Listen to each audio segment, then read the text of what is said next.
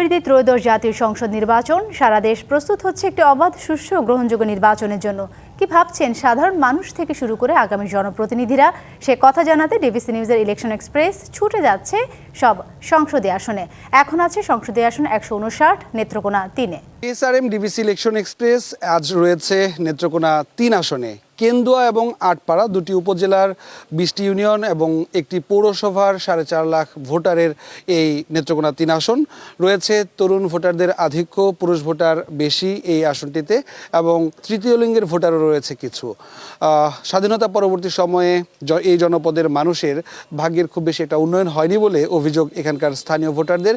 আমার সাথে এখন এই মুহূর্তে যুক্ত হয়েছেন বাংলাদেশ জামায়াত ইসলামী মনোনীত ময়মনসিংহ নেত্রকোনা 3 আসনের প্রার্থী খায়রুল কবির নিয়োগী।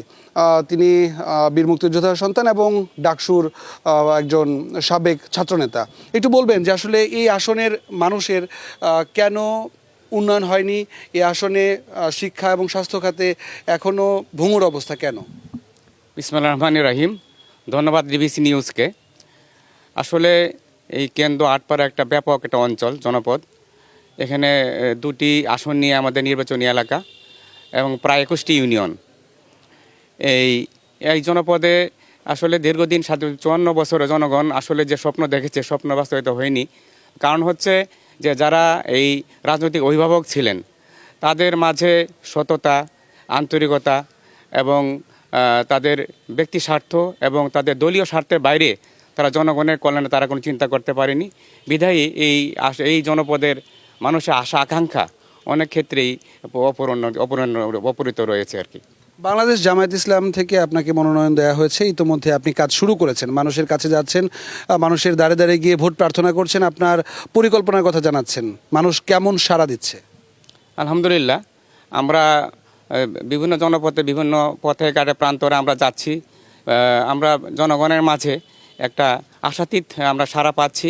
জনগণ আমাদেরকে ব্যাপকভাবে গ্রহণ করছে এবং এটা দেখে আমরা আসলে উৎসাহিত, অনুপ্রাণিত। এই আসনে তো বিএনপির প্রার্থী রয়েছে গণ অধিকার পরিষদের প্রার্থী, এনসিপিও প্রার্থী দেওয়ার কথা চিন্তা করছে। আপনি জয়ের ব্যাপারে কতটা নিশ্চিত এই আসনটিতে? আলহামদুলিল্লাহ, আমরা যেহেতু জনগণ এখন পরিবর্তন চাই, এই জুলাই বিপ্লবের পর জন আকাঙ্ক্ষার যে আমরা দেখতে পাচ্ছি, সে আকাঙ্ক্ষার ক্ষেত্রে পরিপূর্ণের ক্ষেত্রে জনগণ আমাদেরকে বেছে নিয়েছে বলে আমরা মনে করি। ইনশাল্লাহ আমরা জয়ের ব্যাপারে আমরা শতভাগ আশাবাদী। এখানে তো তরুণ ভোটার রয়েছে, নারী ভোটারও অনেক রয়েছে, একেবারে নিম্নবিত্ত মানুষের সংখ্যাও কম নয়।